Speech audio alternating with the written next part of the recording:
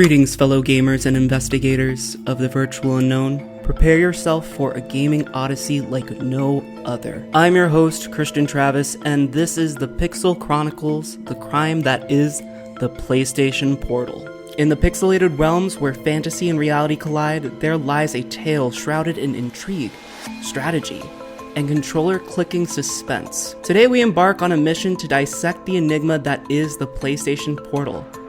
A product that has left consumers questioning not only their choices, but the very intent of Sony Interactive Entertainment. Join me as we navigate the labyrinth of this confusing and arguably unnecessary product, uncovering the sinister plots of its parent company, from its breathtaking design to its very questionable function with limited uses. We'll unravel the layers that make this product not just an escape, but a digital crime scene. As we dive deep into the intricacies of the PlayStation Portal, we'll examine the characteristics of the device that make it a very alluring purchase, the performance in different use cases, and the plot twists that keep us on the edge of our seats. So fasten your seatbelt, gamers, as we embark on a journey through pixels and polygons. This is Pixel Chronicles, the crime that is the PlayStation Portal.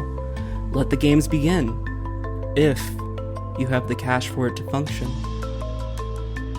Hey guys, I hope you enjoyed that intro. I personally really enjoy a true crime story, and I thought that would be a great way to foreshadow my thoughts on the PlayStation Portal. Speaking of, I've had the PlayStation Portal for about a week now, and I have some thoughts like, who is this even meant for? Why do you want to pick one up in the first place? And why would Sony release a product that could vary so much in performance depending on so many factors? We will get into all of that, but first I just wanted to invite you guys to subscribe if you're enjoying this video. We are 620 watch hours away from getting the channel YouTube partnered, so the longer you watch this video, the more videos you watch, everything will help us get there in no time. Okay, let's get into the review. The first thing I want to talk about are the good things about the PlayStation Portal. Yes, there are actually quite a few pretty awesome things about this product, starting with its design. Though odd looking at first impressions, the PlayStation Portal's design actually grew on me. The controllers are very comfortable to handle, sporting the same controller and button layout as the DualSense that is included with the PlayStation 5. It features your typical triangle, square, circle, and cross buttons, a very nice D-pad, two thumbsticks that are slightly smaller than the original DualSense, a start and share button, and the very familiar R1, R2, L1, L2 buttons at the back that offer the same quality of haptics seen on the standard DualSense. A small difference to take note of is the movement of both the mic button and the PlayStation button that usually sits in the center of the DualSense. They are now located on opposite sides of the controller to make room for a very prominent and actually very nice 8-inch 1080p LCD display. In addition, we have the dedicated volume button, power button, and PS Link button, more on that in a moment, located at the back of said display. Overall, a very nice piece of hardware with a very comfortable and ergonomic design that most people should enjoy. Now, what exactly does the PlayStation Portal do? Well, it's a portable device that gives you access, or a portal, to your PlayStation 5 while it stays at home. The PlayStation Portal gives you access to all the games you have downloaded on your PS5 while streaming over Wi-Fi. Note that none of your apps like YouTube, Netflix, and many of the others will be available to launch when using the portal. It's meant strictly just for games, but I will say when playing games, the 8-inch LCD display does a great job of showcasing content, and I was able to tell that despite it not being an OLED screen like the newest Nintendo Switch and Steam Deck models, it does an awesome job of showing off detail and offers a great color accuracy to the naked eye. It's definitely a great quality LCD display, which I wouldn't expect anything less from Sony. Now, you're probably wondering how the PlayStation Portal performs while streaming over Wi-Fi, and the answer is, it depends. And to be honest, this is my biggest and not only issue with the PlayStation Portal. It requires a Wi-Fi signal of 5 megabits per second to function, but Sony recommends 15 megabits. That is the most misleading claim I have ever heard. I am a single person who lives alone, and my current plan with Optimum is 500 megabits per second. That is their base plan. One would think that would be enough to function pretty well overall. That was not the case. During my testing, I sat about 3 to 4 feet away from my router on my couch and witnessed a pretty pathetic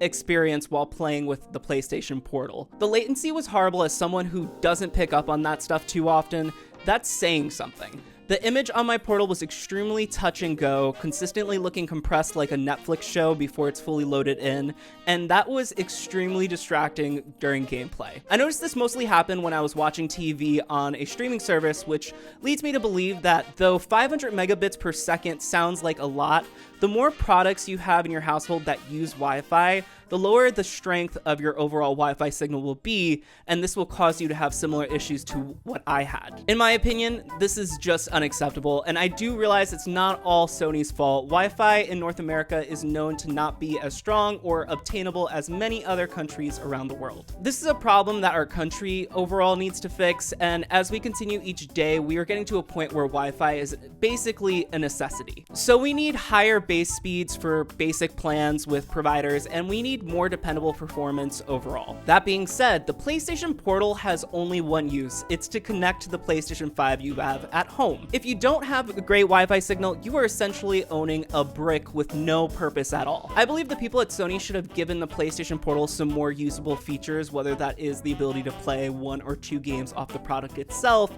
or give another slew of features that could be beneficial to the consumer when buying the product. I know that that would mean adding a stronger chipset and building out a more advanced UI, which could lead to a higher price point, but there are so many uncontrollable variables that Sony can't control on their end for a decent gaming experience with the PlayStation Portal. Okay, picture this. A family that has a basic Wi-Fi package. Their child ends up getting a PlayStation Portal for the holidays, whether it's from them or a family member.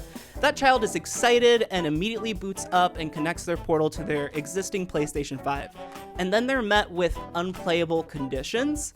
The kid won't know why. The parents typically don't understand the needs for a strong Wi-Fi package, and now everyone thinks there's something wrong with the portal itself. This will be many kids this holiday season because the device doesn't offer usable performance at lower Wi-Fi speeds. Now many kids are going to be getting a paperweight for the holidays because they aren't aware of the issue, and if they did, their parents aren't going to be paying more every month for a better Wi-Fi package just so their child can play with their handheld device. In my opinion, this is just unacceptable. I believe a product should function best for the mass majority in the market. And as someone who works in marketing, I think this is something that should have been looked into further before the PlayStation Portal made its way out to the production phase. In addition, if you wanted to use the portal on public Wi-Fi, you can end up running into 2 issues. The first one being that most public Wi-Fi locations like planes, hotels, etc., they don't offer Wi-Fi speeds needed to use the PlayStation Portal. And the second being that any company that requires you to accept their terms and conditions in order to use their Wi-Fi won't be usable for the portal either, because it's not capable of displaying the necessary browser pages to accept the terms and conditions. So if you are someone with a basic Wi-Fi package at home, you are barely able to use the PlayStation Portal in your own environment, and even less likely to get usable performance from any public locations where you may want to try gaming. And not to mention one of the most upsetting features that Sony has implemented, it's PlayStation Link. PlayStation Link, or PS Link, uses a proprietary technology to connect the portal with Sony-branded headphones wirelessly. If you don't have PS Link enabled headphones, you are not able to use standard Bluetooth connection that we are all familiar with, leaving multiple pairs of headphones many consumers might already have lying around unusable. And to add insult to injury, the cheapest pair of earbuds Sony makes that offers the PlayStation Link feature is $200. That's the same price as the PlayStation Portal itself. How does that make any sense? The only solution that's offered for those who don't want to purchase PS Link enabled earbuds is to use the aux port in the back of the system. We are in 2023 and I rarely see people out in public with wired headphones anymore. I know I own a pair somewhere, but it would take me a long time to find it going through all of my belongings. I have a lot of stuff. I personally love the hardware that is the PlayStation Portal, but the software and the firmware designs are so questionable, I'm just genuinely in awe.